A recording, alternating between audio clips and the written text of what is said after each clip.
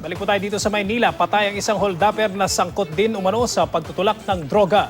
Nagnakaw rin daw sa isang bahay ang sospek bago ang operasyong kanyang ikinamatay. Narito naman ang report ni Mav Gonzalez. Grabe naman yan!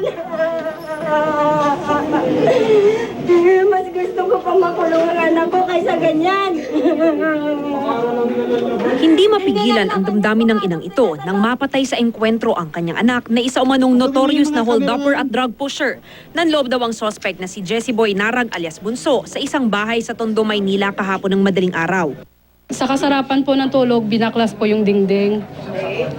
Tapos yun po, nang halugog po siya doon, naghanap po siya kung ano makuha niya.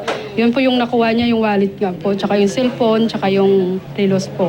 Nagising po siya nung palabas na yung suspect at nahawakan niya yung paa kaya nasaksak po siya sa kamay. Kagabi, nagkasa ng follow-up operations ang pulisya.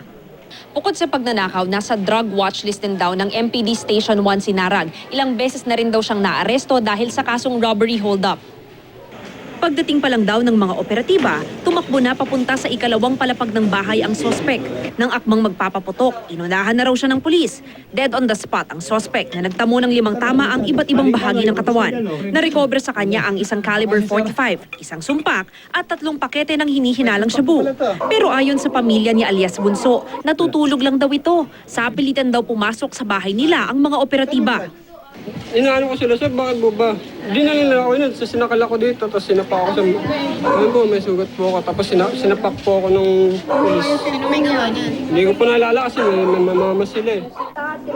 Aminado naman silang gumagamit ng shabu si alias Bunso at nasasangkot din sa pang-hold up.